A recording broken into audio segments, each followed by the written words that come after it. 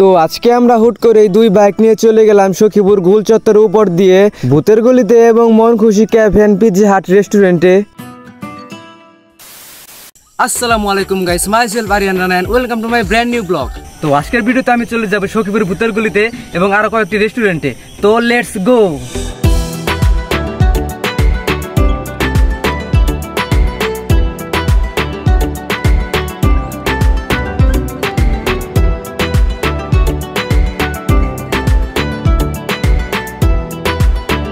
তো আমরা বাইক নিয়ে উঠতে উঠতে রওনা দিলাম সখীপুরের উদ্দেশ্যে। তো এর আগে আমি আপনাদেরকে কথা দিয়েছিলাম যে আমি ঈদের তৃতীয় দিন সখীপুর ভূতের গলির উদ্দেশ্যে চলে যাব এবং আপনাদের সাথে শেয়ার করব। সেজন্য আমার কথাটি রাখার জন্য আজকে আমি চলে আসলাম সখীপুর ভূতের গলিতে যাওয়ার উদ্দেশ্যে। আর তাছাড়া সেখানে আরেকটি রেস্টুরেন্ট রয়েছে, সেটা হলো মন খুশি cafe and Pizza Hut restaurant. তো সেখানেও যাব আমি আজকে। ভাইরে ভাই, সেখানে যাওয়ার পর আমি দেখতে পেলাম অনেকগুলো নতুন রেস্টুরেন্ট হয়েছে। তারপরে দেখি সেখানে একটি রেস্টুরেন্ট হয়েছে, সেটার নাম হলো শ্বশুর বাড়ি।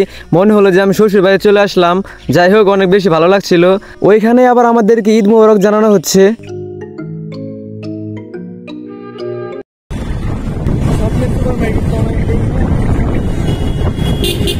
তো আমরা প্রায় ভূতের গলির নিকটবর্তী চলে এসেছি, আর অল্প কিছুক্ষণ পরে আপনারা দেখতে পারবেন।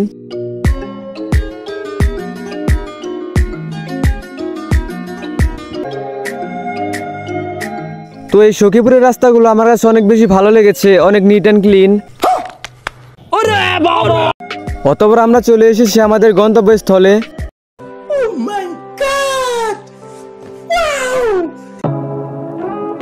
তো যাই হোক, আমার কাছে সখীপুরের ভূতের গলিটি ভালোই লেগেছে, সিম্বলের মধ্যে গর্জিয়াস। সেখানে বেশি সময় দেরি করলাম না আর কি, আর বেশি ভিডিও শুট নিতে পারলাম না। আমি শুনলাম সেখানে নাকি ক্যামেরা অ্যালাউড না, লেডিস এন্ড জেন্টসদের বেশি সমস্যা হয়, সেজন্যই। তারপর আমি চলে আসি মন খুশি ক্যাফে এন্ড পিৎজা হাট রেস্টুরেন্টে।